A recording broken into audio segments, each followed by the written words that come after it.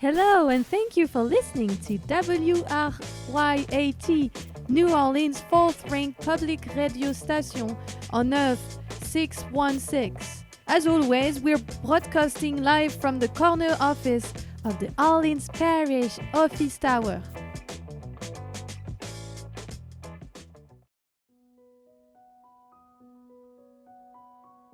Hello, everyone. This is Donovan Van D'Amico. And this is Ronovan Van D'Amico. And this is Yacht Talk, where my brother Ronovan and I will answer a yacht or yacht-related question that's been sent in to us by one of our many fair-weather fellow fans. Ronovan, how are you doing today? I'm doing good. It's just another gathering of the wine dads, if you will. Absolutely, we're coming to you live from our own yacht, the Lusitania 7, the unsinkable. We're up here in the river, in uptown New Orleans. It's a fine day for yachting. Beautiful day, if you will. And a fine day for answering a yacht question. So, Beauregard. Beauregard, my boy, come over here. Bring us the letter. Beauregard presents us the question. Later this evening, we'll be attending a fundraiser for Newman. That's our alma mater. Yes. All the proceeds go to helping the students procure certain amenities that will just further their education. A bidet in the second-floor bathroom. The first one is only sufficient for enough students, but having two in the bathroom will make those students get ready to learn even more and get ready for Tulane University. And then they'll be turning out on yachts of their own, set against the maritime, just as their fathers and grandfathers before them. Beauregard's arrived with today's question. Thank you, Beauregard. Back below deck with you now. Thank you, my boy. It's time to open the letter. All right. Our first question comes... it comes from one of my friends from my alma mater. My son has matriculated at Harvard and is in the competitive crew. What is the ideal cousin weight? That would be 125 pounds. Thank you. Problem solved. Ronovan's friend. Very good, very good. Ronovan's friend is actually... oh, boy. Now, he's probably set, so now that the question and answer portion is out of the way, we can fill everyone in on some of our very own Van D'Amico family trivia. Yes. We get to start down even the most closest of relatives, my granduncle. He had the first marble on his yacht, by the way. That's right, John Devin's yacht. Yes, the Marble Rye, as we like to call it. Man with a sick sense of humor. Wicked. Everyone in the country club thought he was foolish for putting marble on a yacht, but he proved them wrong. Until the boat, of course, sank. Yes, right upon first contact with the water. But that's what these experiments are for. The Van D'Amicos go back a long way. We've been celebrated yachters, a storied history of tales on the sea and off, masters of our own harbor. So that is our family trivia for today. And art has always been in our family. Heck, even when I was younger with my brother here, we invested early in Akira cells from the animated picture Akira. That's right, celluloid paintings from the animated film Akira. Masterpiece, of course, from the 80s, as you're all well aware, that redefined animated cinema, a landmark, not just in Japanese animated cinema, but cinema itself. And we've now gone ahead and turned quite a tidy sum, a tidy profit, if you will, on turning those cells over to those who, could stand to afford a little more than cells, if you ask me. It's a shame the poor people will never see the deleted scene. Absolutely. Oh, no, that's ours for the keeps. It really makes the film make sense. Absolutely. It finally snaps everything into context. Of course, it was cut for time, if you will, but luckily we keep a reel in our own house, and sometimes Ronovan and I, after a day's worth of yachting and whining and a little bit of dining, will throw on that deleted scene and say to ourselves, wow, it's good that we understand Akira, isn't it, brother? Yes, indeed. Yes. But it goes beyond just Akira, my boy. It's about connections that you make within the community, too. Why, Just last week, I called up Bob Breck to give me the weather. Oh, yes, of course. Bob Breck. How is Mr. Breck doing? Still a avid climate denier, yet the only one who pays attention to the climate, and I think that's the one we should be paying attention to. Oh, my boy, what a humorous man. And that I was also talking about to the members of the yacht club, the Stephen Ambrose Highway. Oh, yes, the Stephen Ambrose Highway. Vroom, vroom, if you will. Yes. We were talking more about Ambrose the man as we were driving along his highway. I personally love to leave pages of his book, Band of Brothers, and toss them and strewn them about on the highway for others to clean up. I believe old Stephen would appreciate it. Oh, I think he would, Ronald Vin. I think he would. Spreading culture, of course, as you will. One man's trash becomes another man's treasure, indubitably. Just ask George Roderick, a friend of ours, who has done a nice painting of us with the blue dog that we are going to be auctioning off as an NFT at the fundraiser today for Newman. So that will be something that you want in your home if you're an avid Yacht Talk fan. Yes. And, of course, you know, old George, I talk to him frequently about what will he be doing next? Is there any worlds left he has to conquer? And he says, my boy, my dear Donald Vin, if you look at me, the man who created Blue Dog, and asked him, what's next, the Mona Lisa, he would laugh in your face. And I said, George, it makes no sense. We were, of course, very drunk. Yes. Yeah. As we are. It was during that Your Child's Debutante dance when Paul Poudon was cooking. You were talking to old George, I was talking to Paul, and just recounting some of our younger years. Oh, absolutely. George and Paul, the only one we were missing was Ringo. But our younger and more vulnerable years. I mean, soon we are destined to make the same, find ourselves in the same sort of incidents as our parents. Why not regale them quickly with a closer about the tale of the quote-unquote intruder you found on your yacht the other day, the old Stephanie Billows. Oh, yes. I was in the yacht, and I heard a strange noise in the wee hours of the afternoon, and I was turning a corner, and let us just say, old Harrison, my boy, he walks with a limp now, for he did not follow the proper procedure on announcing his entrance upon turning a corner. Harrison, of course, Ronald Vin's son, the young Harrison Van der Miko. Soon his right leg met its fate. Yes. With that of an old Ironsides musket. He's not the heir, so it is okay. He's fine. He's trying to get a head start on cleaning your yacht, and well, then the musket got a head start on his leg. Good thing it didn't get a head start on his head. No. Just as we learned from our parents, we pass on to our children. And that is why we'll be having the fundraiser at Newman this evening. Please stop by if you're a Yacht Talk listener or a Yacht Talk fan. With that, I think that will cover today's episode of Yacht Talk. All questions have been answered, all stories have been imparted, and all trivia has been trivialized. Yes. Thank you, ladies and gentlemen. And as our great-great-grandfather once said, for I shall see you on the water before you take my gold. See you on the water before you take our gold. Salutations.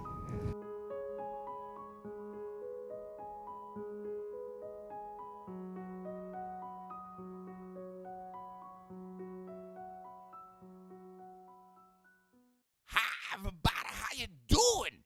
I'm Mr. Tickle, and I got some public service announcements for you after school. And your songs of your childhood sung by your neighborhood's child. We're not strangers, no danger. In this house of bounce, just old school jams pushed out of our mouth, contrary to contraflow beliefs. Water boil don't look good. Pack the gas up. It's a category 9, so pack that gas up. It's causing tree damage. Pack the gas up. Oh, you're gonna stay for it? Pack that gas up. Water boil don't look good. Pack the gas up. It's a category 9. Pack that gas up. It's causing tree damage. Pack the gas up. Oh, you're gonna stay for it? Pack that gas up. I came in here with my book in my hand. Don't make me put a doggy in the margin. Words up. I'm learning to read literature, it's fire. Turn the page number higher. Take a book to my bed. You heard what I said. I'm read it till I'm sleepy and tired. I'm learning to read literature, it's fire. Take a page number higher. Take a book to my bed. You heard what I said. I'm read it till I'm dizzy and tired. All of your favorite songs heard from Tip Over Tina's to the Soul Food Smoothie Queen Arena. New Orleans is a spider's web. Our biggest spot is Big Eb.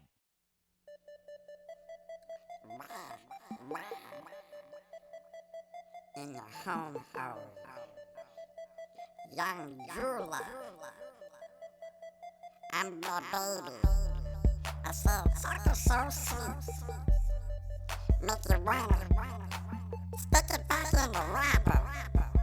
So I stuck it back in the wrapper. Safely. It's a safety pack.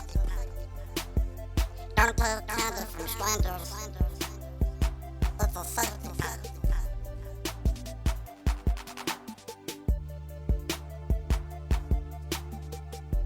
I know I said this fast, but rewind it yourself. Savings back. House of Bounce is what your vocal kids sell. All House of Bounce CDs are sold out of the trunk at Bragner's Meats on Street Claude, where I bet you can beat over or under Bragger's Meats.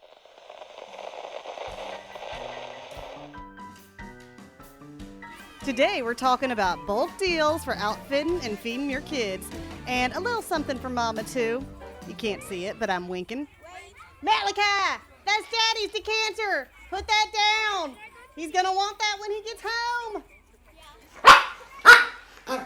Sorry, y'all. It's hard podcasting while you're trying to keep an eye on all the kids yourself. Feel like a single mother while my husband Douglas is away working a turnaround on the oil rig. You know, if I wanted to be a single mother, I wouldn't have gotten married. But here I am. Anyway, so let me tell you about the first little discovery I made recently, how to outfit your brood on a budget. This one involves a staple store that I know y'all all already love dearly, Old Navy. So I found a little hack at Old Navy, and it's buying their multi-pack. See, you got kids of all shapes and sizes, and they're growing so damn fast you can't keep track of what fits them. So the cool thing about Old Navy multi-packs is that they come with packs of shirts, undies, pants, you name it, but it'll be marked as one size. Let's say a boy's 6'7". But you take it out the bag, and it's actually 3 different sizes. A boy's 3'4", a boy's 6'7", a boy's 10'12", and there you go. You got 3 different shirts to fit 3 different kids. Because what kid needs 3 shirts anyway? Only problem is you don't know what sizes you're going to get till you open the bag. But when you have as many kids as I do, you'll find something that works for everybody, believe me. Delilah, get your sister's head out of the sink. We're not playing hair salon right now. Elizabeth, you okay, honey? Okay. God, I love them. I'm so sick of them. I cannot wait till Douglas gets back. Of course, first thing he's going to do when he gets back, after he takes his boots off, takes off his asbestos clothes, puts them in the washing machine, he's going to pull me into that bedroom and start trumpeting away at my walls of Jericho, if you know what I mean. And ladies, he is so virile after being away from me because, of course, we took a sacred oath, and he won't release any emissions while he's away from me. And he's working on the rig sometimes 3-4 weeks at a time, so he's primed to pump whenever he gets home, so to speak. Which is a great segue for my next topic, foods that your kids can prepare and eat while you're too busy to cook for them. So we're talking about nothing that requires a stovetop, nothing that requires an oven, something that even your littlest kid can handle. So Mama's Little Helper is the Smucker's PB&J Uncrustables. These are frozen, pre-made peanut butter and jelly sandwiches with no crust, very important to a child. You can just get a crate of these at Sam's Club or Costco, and yes, they are frozen, but they don't require any cooking. You can just leave them out on the counter, soften up a bit, say a half hour, then you get a nice chilled but soft and delectable treat with all the nutrients your child needs. Odysseus! Where did you get those shotgun shells? Go put them back. Those are Daddy's. Icarus, get your buns off the ceiling fan. That's not a toy. Go play with your battery-powered Jeep in the garage and take your little brother, take Poseidon with you. My word, I hope Douglas gets back here soon. And I ain't just saying that because I'm going to get my back broken half. Lord knows I'm in for a world of hurt. I just need a second pair of hands around here, y'all. And that's why my last tip is on the ways Mama can treat herself on a budget. Now, this tip is sort of a long-term investment, but to start off, you don't need a whole lot. Now, what you're going to want to get is one Primo California-grown organic marijuana plant. Not too much of an investment up front. Just get your one plant and some grow lights for your closet. And what you're going to want to do is take 5 minutes of your day, either when you wake up, before you go to bed at night. Check on your plants, water them, make sure they're getting good light. And as your plant grows, it'll start to make some offshoots, and you can cut those off and plant them, and that'll grow a whole new second plant. Before you know it, you have a whole forest of plants in your closet, and this is where the fun part starts. Stay with me now. So what you're going to want to do is take the buds off those plants, lay them out in a nice dry spot. I, of course, like the top of the refrigerator because the kids can't reach up there. And once it's nice and dry, you can crumble it up. Get yourself some rolling papers from the nearest gas station. Put the bud crumbles in the papers. Roll yourself a nice fat joint. Let me tell you, this stuff really takes the edge off. Helps you put up with the dumb shit your kids get into. And if your kids are anything like mine, they get into some dumb shit like D-U-M-B, dumb. Speaking of which, Valhalla! Ragnarok! Those ain't balloons, put them back! Good Lord, little blessings got into my bedside drawer. Now we're all out of prophylactic kids, and Douglas is gonna be back any minute. Ah, well, what's one more when I got this many? Shiva! Vishnu! Would y'all like a little brother or sister? Of course they would. That's why you gotta have multiples, because the biggest ones can watch the little ones. That's a little life pro tip for y'all out there. Maggie! Maggie! That's gonna be all for now. Kids, y'all need to go play outside. Go play freeze tag by the stop sign. Go on, all of you, shoo, get. Your daddy and I gotta take care of some business. That's what I call fucking business. Little inside joke, a little dirty, but you know. Woof, thank God I've been doing my Kegels. Signing off for now, but y'all can follow me online on the internet at MaggieNola504. This has been the best tips for busy moms on a budget on Maggie Nola's coupon cabinet. Hi, honey, how was the rig? Oh, okay, wow. Oh, you made a lot, didn't you?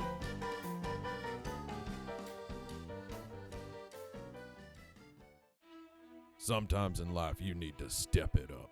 You wake up each morning, drive to work, eat another Arby's sandwich with your coworkers, drive home, heat up that single-man microwave dinner, peel back that plastic film, and bite into a single serving of lasagna and cornmeal.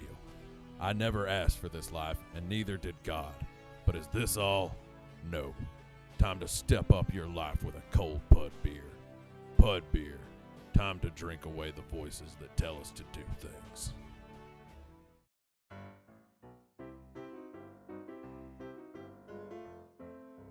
Hello, dudes and dudettes, and welcome to the GI Gen X Movie Review, the show where two generations come together to talk about all things movies.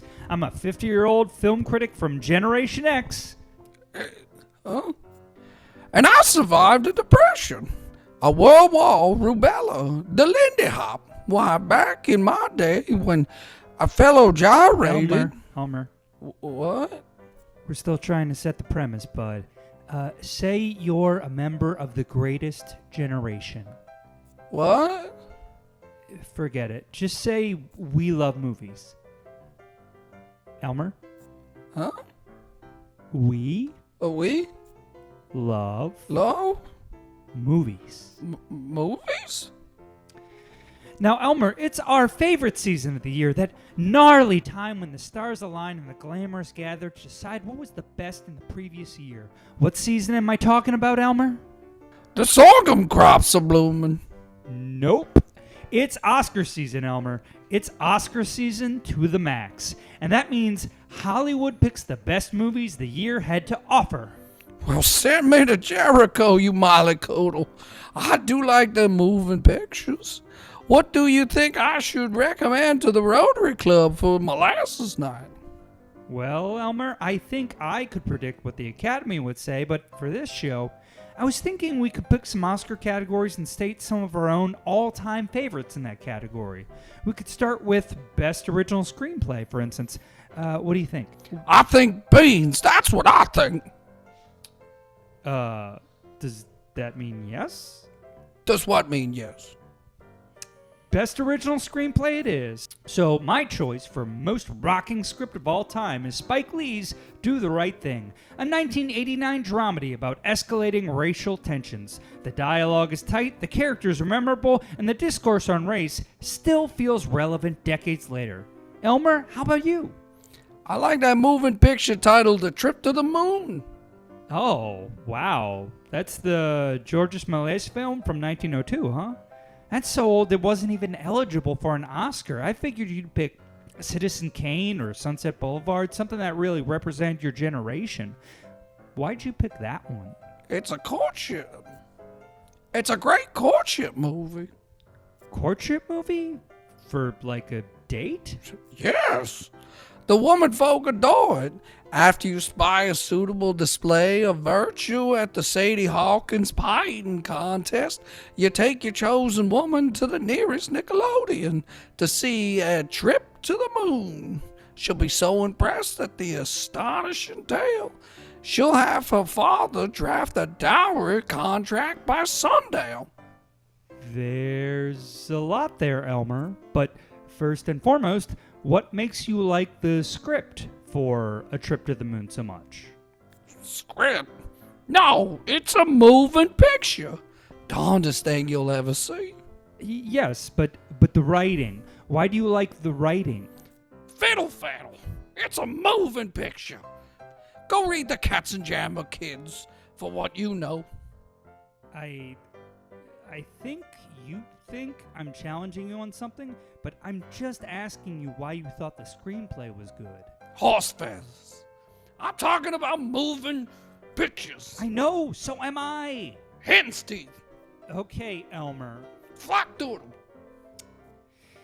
Next up, let's talk about best special effects. Now, modern audiences might like Blade Runner 2049 and Dune, and it's really hard to top the Marvel movies for how epic they are. But for my money, I feel like the 1994 science fiction film Stargate really got robbed by the Academy. It pushed the envelope on what was possible at that time, and I thought it was the bomb diggity. Elmer? Apple butter. What? What? Elmer, what movie do you think had the best special effects of all time? Woman frying egg. Couldn't believe it. Woman frying egg? The machinist at the journal store swore it was Trainlee's the yacht, but the Brownsmith and I told that Prussian popinjay he couldn't tell a chimp from a church bell. Hold on, Elmer. I'm very confused. You were talking to a Prussian at the general store? When did you have this conversation? Well, if I recall, it was right after the war. And that war was World War II, right? Who knows? They all sort of bleed together for me at this point. But what I do know is given the choice between trench foot, mustard gas, and the Kaiser's dog, I choose stabbing by the bayonet.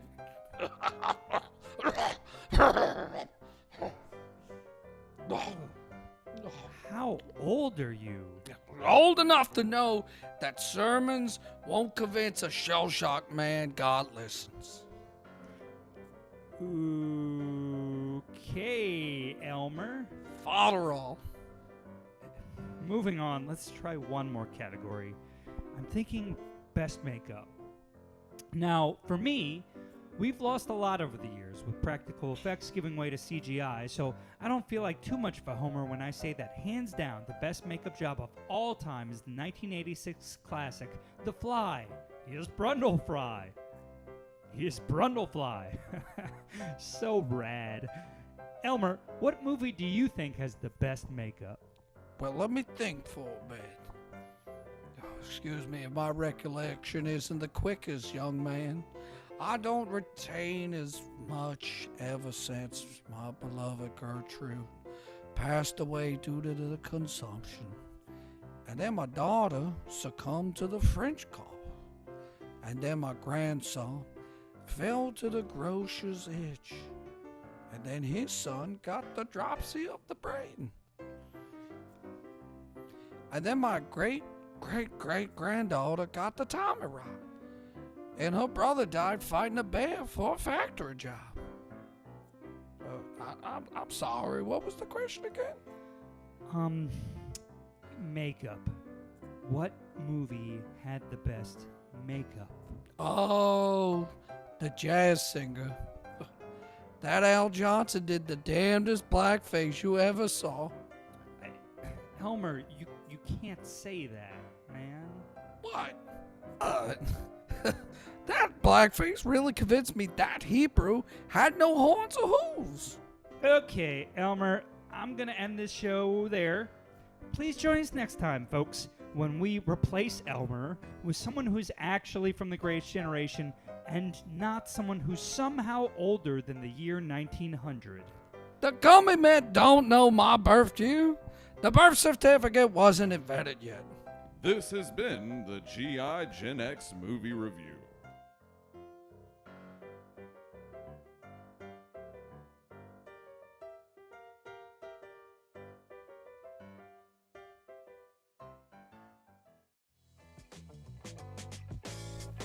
We now pause this brain stimulation for station identification and remind you that you are tuned into New Orleans on WRYAT Pirate Radio, no longer associated with UNO's radio station of a similar name. Learn more about our programming online at WRYATradio.com and follow us on Instagram at WRYAT Radio. As always, you can listen to this and previous radio broadcasts on Spotify, YouTube, Justin.tv, ZoomTunes, or anywhere else you download or stream podcasts. Thank you for tuning in to WRYAT Radio.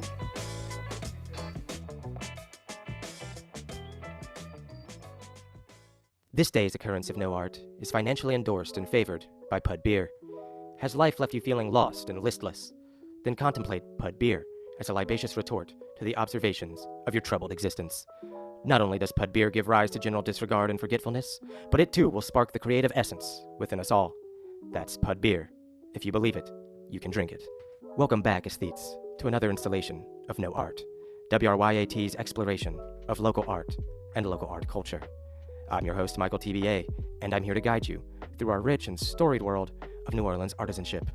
If one aims to know NOLA, then one must aim to know all of NOLA, and to know NOLA is to know art. Joining us on today's installation is the enfant terrible of the New Orleans pop art scene, Brittany Northshore.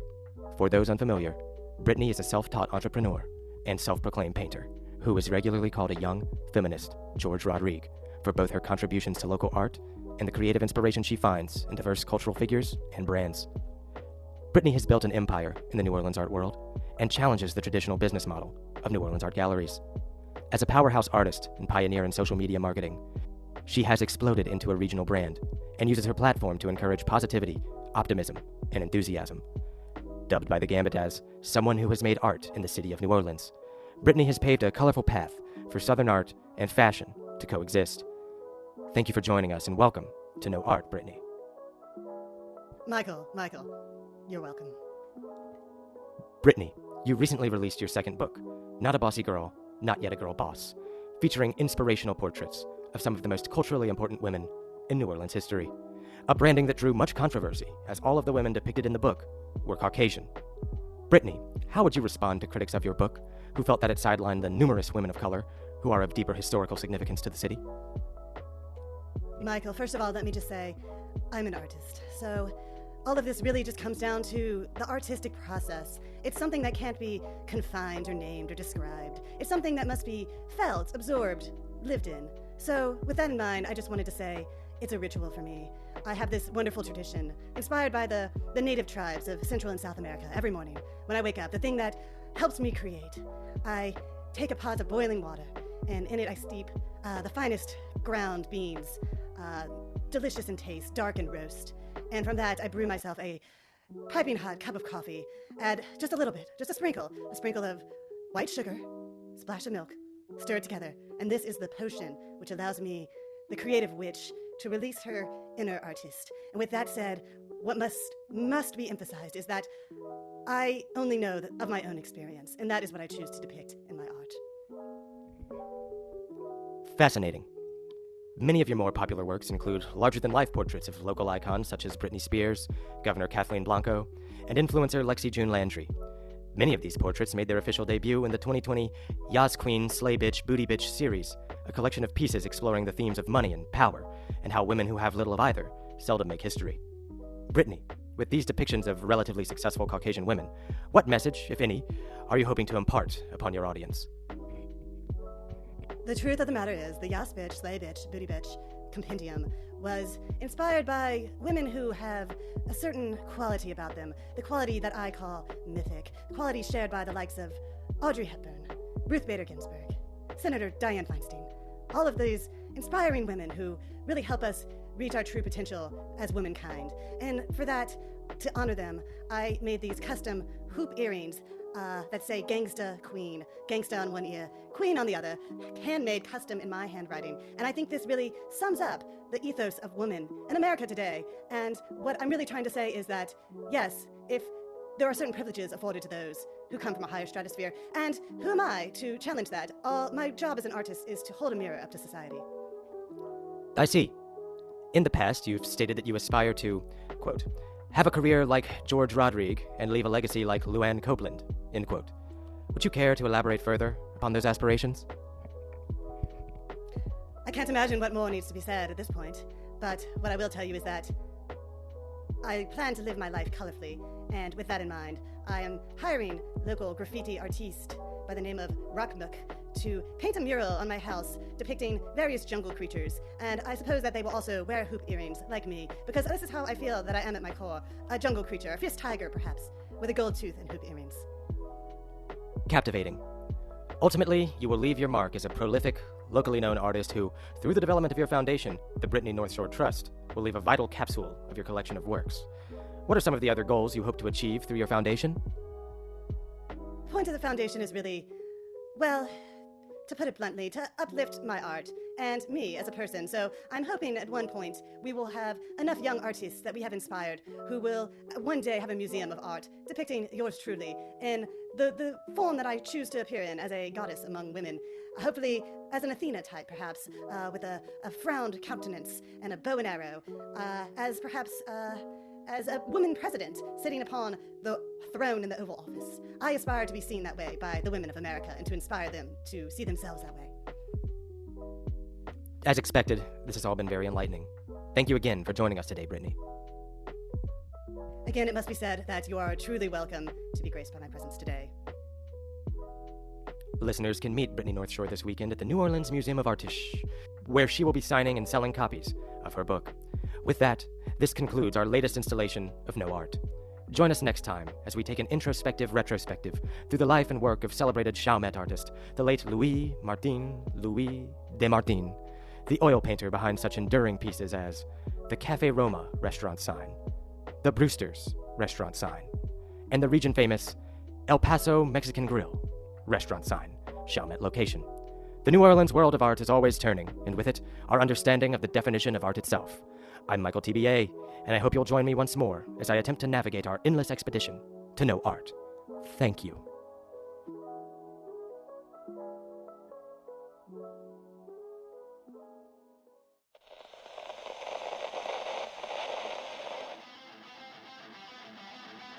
Hey, New Orleans, are you ready to laugh? Well, too fucking bad! Coming this weekend and this weekend only to the Big Easy Comedy Condo. It's the first annual Big Easy Open Mic Fest with all your favorite local degenerates you've definitely gotten enough of. Featuring America's #2 ranked cultural appropriationist, the stand-up succubus of the sunken city, Big Kim. She's white, she raps, and the only thing she gives less of a shit about than the culture and community of others is your opinions, you hater. And joining her will be your headliner fresh off his friend's backyard tour, Clark Weaver. Consider yourself blessed, New Orleans, because Clark is back on our stage and he's brought his paying audience with him. This may be your only chance to see these performers for a price, So get your ticket now before they sell out at www.BigEasyComedyCondo.com/Big Easy Open Mic Fest. That's the Big Easy Open Mic Fest, hosted by some guy you know who sucked a dog's dick at a party because he thought it was funny. Happening this weekend and this weekend only in the heart of the Sin City at the Big Easy Comedy Condo that my dad paid for. Leave that moral compass at home, you pussy snowflake, and get your ass to the most debased place in town for what we pass off as stand-up at the Big Easy Comedy Condo Big Easy Open Mic Fest, where the only thing missing other than standards is you!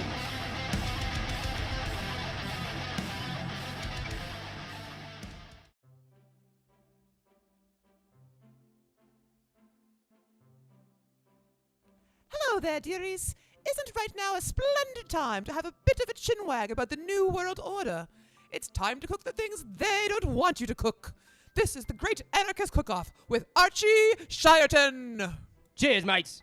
You made it to the Oliver Cromwell kitchen / Maggie Thatcher Memorial Recording Studio. So put on a kettle, give a kiss to your mom, fire up the cooktop, and let's show those Packies and Brindians what for.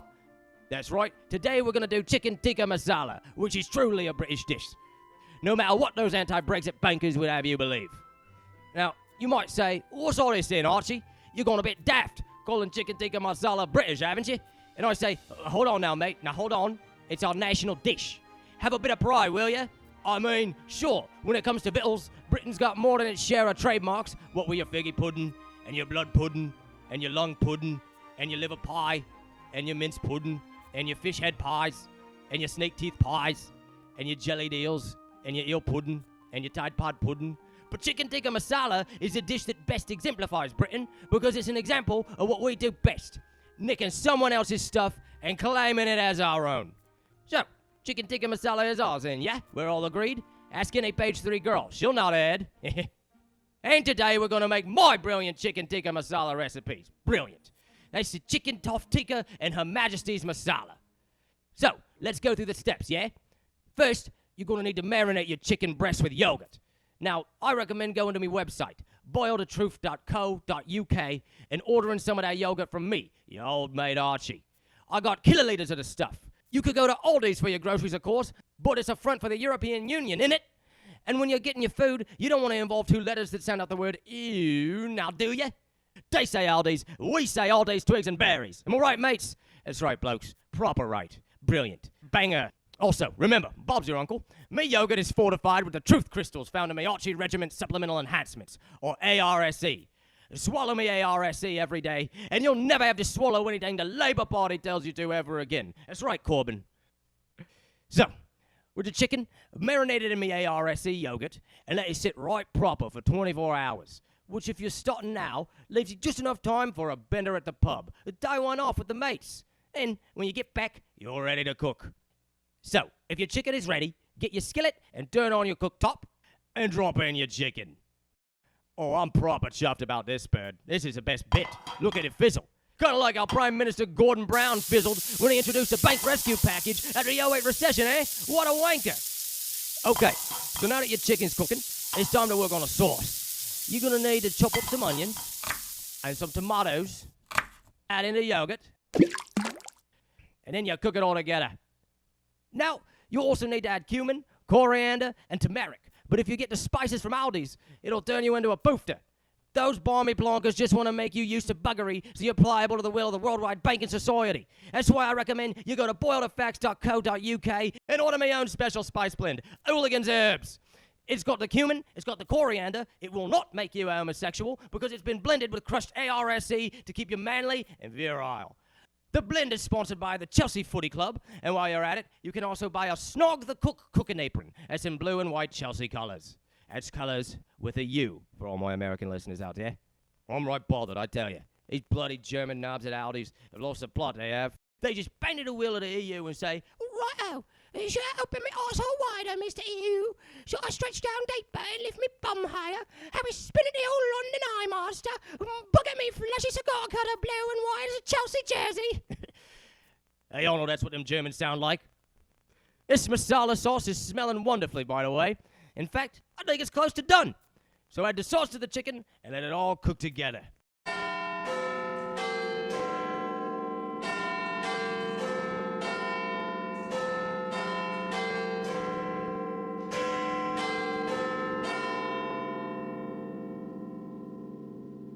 Oi! Listen to that clock tower. It's tea time. And that means it's a part of the show where we give our old tea time salute to Maggie Thatcher. Here's a spot of the old grey to you, Iron Lady. I'll miss you every day. Always have.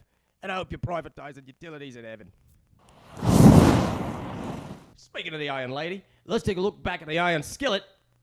Bloody hell! Everything's on fire! I need to grab a couple litres of this yogurt to put it out then, don't I?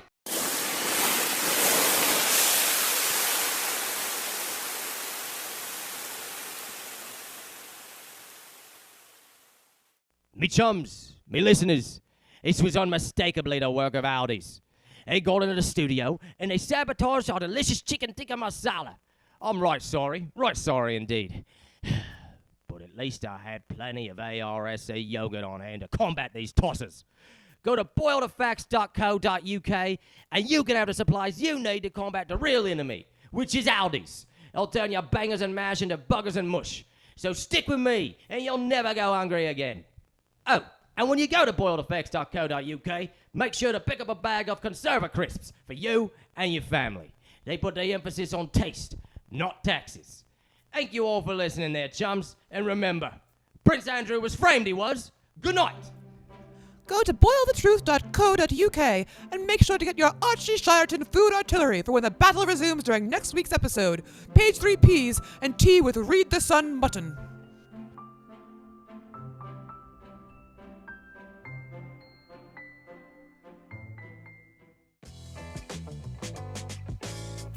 This has been WRYAT New Orleans Radio, and we thank you for listening, and we'll see you when you awaken from your slumber.